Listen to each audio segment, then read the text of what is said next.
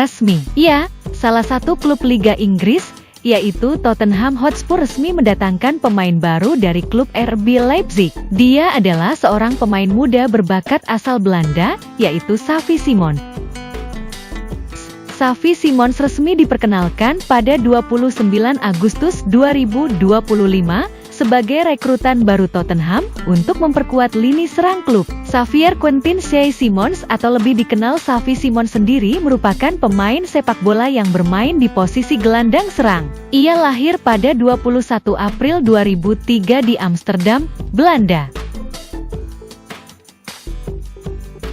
Saat bermain di Red Bull Leipzig, ia bermain sebanyak 78 laga dan mencetak 22 laga serta 24 assist dari tahun 2023 sampai 2025.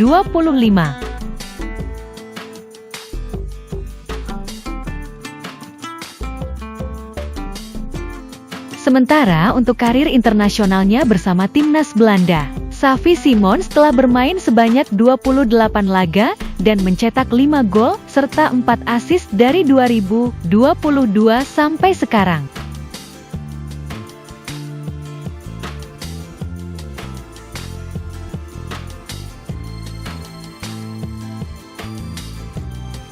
Mampukah Xavi Simons menunjukkan kualitasnya bersama Tottenham Hotspur?